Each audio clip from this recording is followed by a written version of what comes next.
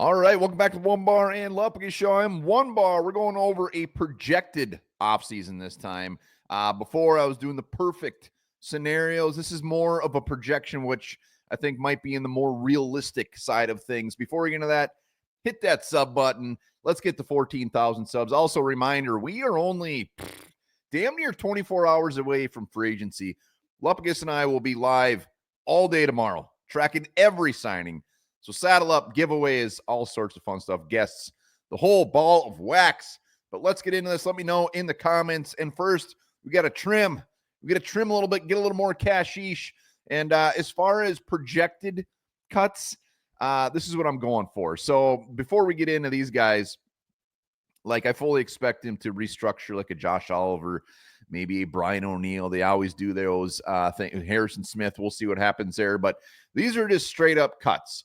So Ed Ingram, it's got to happen, right? It's only a matter of time. It might not happen today. It might not happen in a week. But Ed Ingram, I can't see any way he's back here. We're going to address the guard situation. Even if we didn't, he probably still wouldn't start. And $3.3 million, it's time to cut the cord. So Ed Ingram, gone. I still think C.J. Ham, again, at some point, could potentially be cut. And that's $2.6 million savings right there. And then Asamoah, Ty Chandler, again, see what they do in free agency, see what they do in the draft, and then they move on from these guys, save a little bit of money. Our beautiful center, Garrett Bradbury, is not on the list. I do not see any way in hell he does get cut.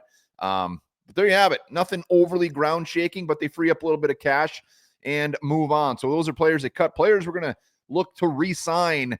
And, Aaron Jones at the bottom is the only sexy name, but obviously Sam Darnold sounds like Seahawks are all in on him, and Vikings aren't going to bring him back. Anyways, Byron Murphy is not on the list. I think Byron Murphy just gets absolutely paid. The fact that he has come out and said he is going to test free agency basically says, goodbye, Minnesota. Thank you for your time. Someone's going to pay me an ass load of cash. So I think he's gone as well. So really nothing crazy here. Johnny Munt, they love him. I could absolutely see him coming back. Jerry Tillery at 2.75. Jerry Tillery had a good year last year, and I'm not saying he's coming back to start, but he's going to come back and be in the mix and then also add some beautiful depth. Jonathan Bullard, I think, is gonzo. So it'd be nice to bring back a familiar face, and you'll see what I do with this defensive line here through the draft and free agency as well. Trent Sherfield, one of the best special teamers out there. Absolutely, I'd love him to come back at that 1.8. Jihad Ward, a guy that they love and was moving all around. Again, Ward probably wants to come back, and the Vikings will want him back, especially at that price tag. So Aaron Jones, I'm on the fence. I don't know if he's coming back or not. It seems like the Broncos love this guy, and I could see somebody maybe overpaying for him. He's projected right now $5 to $7 million, so I kind of just landed him at that 6. If the money's close, I think Jones would want to come back here. And at this point, I'm weirdly leaning that he's going to come back. Just a gut. So we got Jones. Again, nothing overly crazy as far as the re-signing, but let's go to free agency. Again, reminder, free agency will be tomorrow. We'll be live all damn day. Saddle up, 10 a.m. 10 a.m. We'll be there. Let's go. Remember, this is projected. I want them to sign a ton of players. I want them to go balls to the wall. Here we go. Will Fries, I think he's coming home. I think the Vikings are all in on him. I think they're willing to overpay for Will Fries to get that guard position because as of now, I've cut in Ingram. Dalton Reisner's a free agent. He's not coming back. So right now, it would be Will Fries and Blake Brandel. Will Fries is a big step up. $14.3 million. Hell yeah, all day, every day. Still young. Can be a guard for us for the next 3 to 5 years. Carlton Davis, $15 million. I love Carlton Davis. Consistent.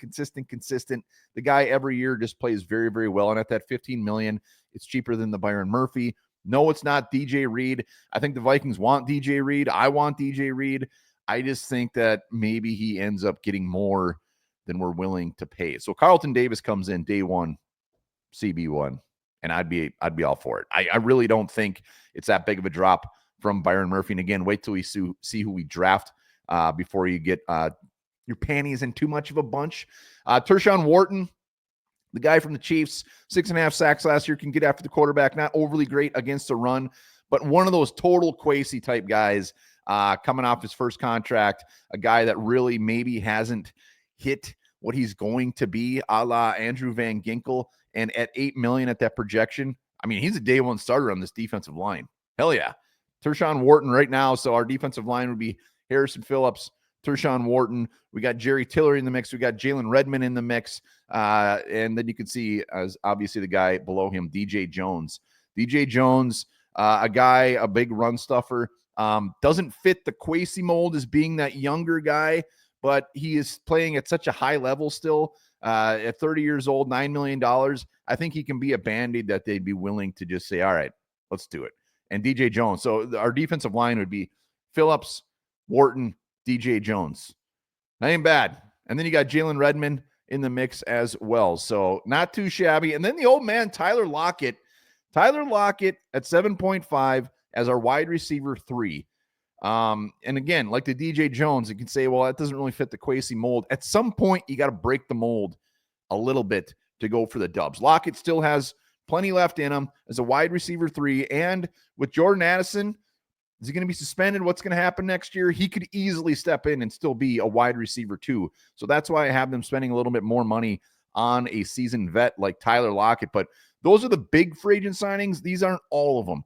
I can't throw in every single free agent signing or I'd be here for 10 years. But like I would fully expect like maybe a Christian Fulton type of signing, or a cornerback like that that's been around that won't break the bank. Guys like that, another guard possibly, a linebacker, all that fun stuff. But these are the big ones that I could see the Vikings absolutely going after. Let's get to the draft. And I did some wheeling and dealing. So before I throw up the draft, in round 1, I moved back twice, but still stayed in round 1 to get some additional picks. So you'll see that it doesn't match.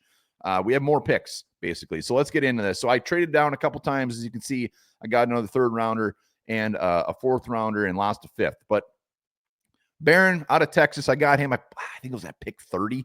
So Barron comes in. Boom. Our cornerbacks week 1 would be Barron, Carlton Davis, and Mekhi Blackman. Not bad. Barron's going to be a stud. They can play him anywhere.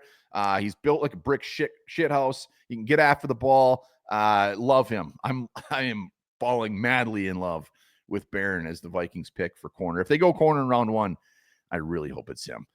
So round 3, Tate Ratledge. Tate Ratledge comes in. Boom. Blake Brandel, backup. Great backup. So we got Tate Ratledge, Will Fries as our guards. Ratledge is mean. He's a mean SOB, man. And he's got a mullet. He's got a mustache. That sold me right there. But Ratledge, I got him at center, but supposed to be guard.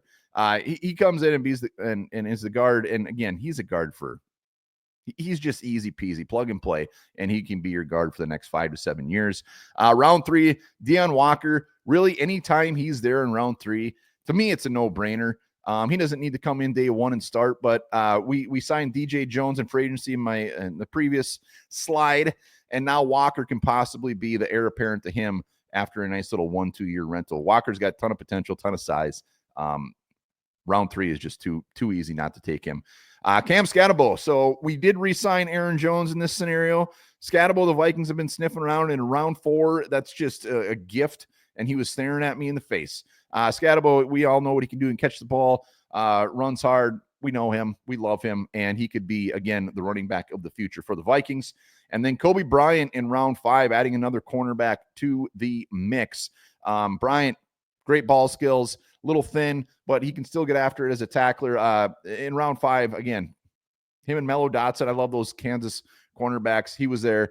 Got him. So he would be competing for that like fourth, fifth corner, Nudie McLaughlin. So our cornerbacks would be Carlton Davis, Barron, Kobe Bryant, Mekhi Blackman, Nudie McLaughlin. And then, like I said, we're still going to sign somebody like a Christian Fulton to fill out that depth chart. So there you have it. Let me run down how we did on this offseason. So our starting guards would be Will Fries, Tate Ratledge. Our defensive line would be Harrison Phillips, Wharton, DJ Jones. You get Redmond in the mix. You get Walker in the mix.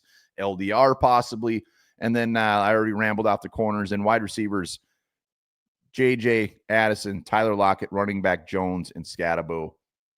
Not bad. I could live with that. Again, this is projected. This isn't my hope. This is just guys that the Vikings have kind of sniffed around a little bit, and based off of the amount of money they have and their want to trade down in the draft, these are potentially some guys they could get. Let me know down in the comments. Get your butts on over to tomorrow, free agency, 10 a.m. Let's go.